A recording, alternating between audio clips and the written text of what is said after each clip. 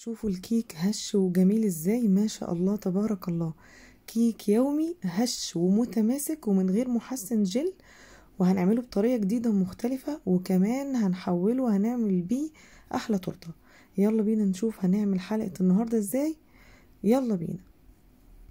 عندي 4 حبات من البيض، عليهم عصرة من الليمون، وهضرب بالمضرب الكهربائي على سرعة بطيئة، وبعد كده هعلي السرعة وافضل اضرب لحد لما القوام يتقل ويبقى بالشكل ده. هياخد مني 5 دقايق 10 دقايق حسب قوة المضرب بتاعي. بعد كده هنزل نص كوب من السكر، 100 جرام من السكر. لو مش هحشيه تورته وهاكله كده عادي يبقى 150 جرام، ما يعادل كوب من السكر. بس طبعا عشان احط صوصات وكريمه فانا مبحبش اكتر السكر كتير، فحطيت 100 جرام بس من السكر. واحط معلقه صغيره من الفانيليا واضرب كويس لحد لما يدوب السكر، وبعد كده هستغنى عن المضرب الكهربائي. في بولة عندي 150 جرام من الدقيق، دقيق الضحى، 25 جرام من النشا، معلقه كبيره بيكنج باودر. مهم جدا ان انا انخل المكونات دي كام مره؟ 4 مرات، من 4 مرات ل5 مرات، اقل من كده ما ينفعش. ودي تركه مهمه جدا في نجاح الكيك اللي انا عاملاه النهارده. هنزله بقى تدريجيا، وهبتدي ان انا اقلب بالمعلقه السيليكون بالشكل اللي انتوا شايفينه ده. انا طبعا مسرعه الفيديو بس انا بشتغل بالراحه لحد لما اتاكد ان الدقيق داب تماما بالشكل اللي انتوا شايفينه ده. بعد كده هجيب 40 جرام من الزيت، وطبعا يكون نوع كويس، و60 جرام من الماء المغلي يكون بيغلي. هنزل المية على الزيت بالشكل اللي انتوا شايفينه ده، وهحطه على الخليط بتاع الكيك من الجناب كده، وواحدة واحدة برضو هبتدي ان انا اقلب بالمعلقة لحد لما يتجانس تماما المية والزيت مع خليط الكيك بتاعي.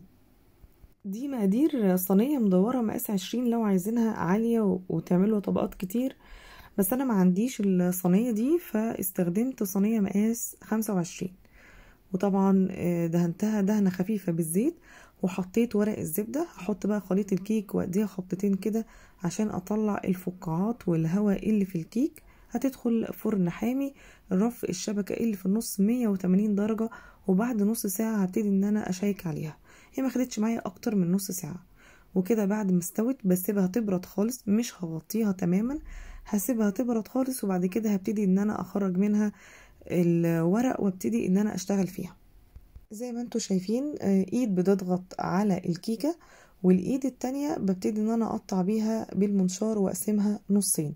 طيب بالنسبة لتسقية الكيك فممكن اسقيها بعصير او بشربات يكون خفيف. انا ما كانش عندي لا ده ولا ده، فجبت معلقة كبيرة من العسل النحل وخففتها بنص كوباية من الماء المغلي، وهو دافي ابتديت ان انا اسقي الكيك. الكيك هش جدا وطري وفي نفس الوقت متماسك، فمش محتاج ان انا اسقيه كتير.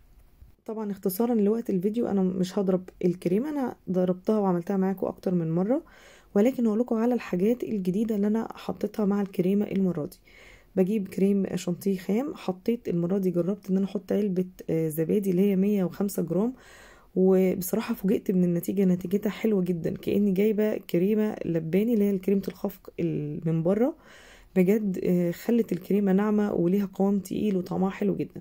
وبحط معلقه صغيره من الفانيليا، وكمان لو متواجد بحط كيس ايس كريم فانيليا بتاع شركه دريم، بحطها برضو مع الكريمه. وبنزل اللبن، بستخدم لبن ممكن ميه مفيش مشكله، بس انا بستخدم اللبن، وطبعا اللبن يكون معلب ويكون ساقع. وبنزله تدريجيا وبفضل بضرب لحد ما القوام بتاع الكريمه يتقل، وبعد كده ازود اللبن تدريجيا. بعد كده في الاخر خالص بحط السكر، معلقتين كبار من السكر الناعم مش اكتر من كده، عشان انا ما بحبش الحاجه تكون مسكره كتير قوي. ودي ميزه ان احنا بنعمل حاجه في البيت، زي ما بقولها دايما بنقدر نتحكم في السكر وفي الملح لو بنعمل اكل. حطيت هنا مربى فراوله انا عاملاها في البيت، بحطها في بطرمانات معقمه، وبعد ما تبرد بشيلها في الفريزر، بتقعد معايا من السنه للسنه.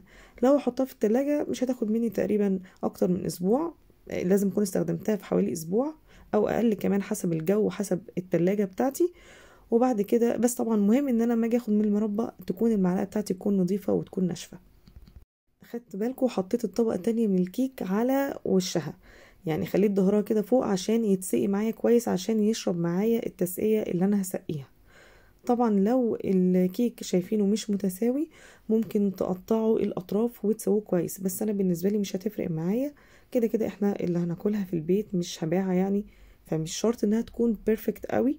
فعادي انا لو في اي فراغات انا هبتدي ان انا ازود فيها كريمه وهظبطها بالشكل اللي انتوا شايفينه ده.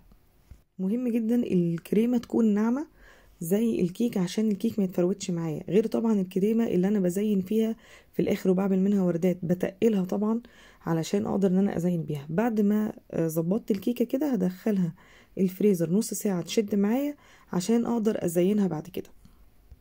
طبعا التزيين والشكل اللي انتوا حابينه تقدروا تعملوه. اللي متابعني عارف ان انا دايما بعمل تورت بلاك فورست، ان انا بحب حاجه اسمها بلاك فورست. انا زينت بالشكل اللي انتوا شايفينه ده، هعمل 4 وردات كده عشان احط الكريز، وبعد كده هحط الشوكولاته انا كنت سيحتها على الرخامه، وبعد ما تبتدي تبرد شويه ببتدي ان انا اشيلها بسكينه كده معينه، وابتدي ان انا اشيلها في التلاجة واكسرها بايدي، بتديني نتيجه افضل وبتبقى اسرع من البشر بتاع الشوكولاته. هدخلها نص ساعة بس تجمد عشان اعرف انقلها في طبق التقديم، ولكن قلت تبص عليها بص احتياطي لو جيت نقلتها وقعت مني ولا حاجة، ولكن الحمد لله ربنا استرها معايا وعرفت ان انا انقلها. حطيت كيس تلاجة على الطبق اللي انا هقدم فيه وشلتها بورق الزبدة، طبعا بعد ما جمدت نص ساعة في الفريزر، وابتديت بالراحة ارفع ورق الزبدة. معلش بقى تقبلوها معايا بكيس التلاجة. بس عايزة اقولكم جميلة جدا لازم تجربوها، سهلة وسريعة وبجد هتنبهروا بالنتيجة وطعمها فعلا فوق الخيال. وبكده تكون خلصت حلقة النهاردة، بتمنى انها تكون عجبتكم، والسلام عليكم ورحمة الله وبركاته.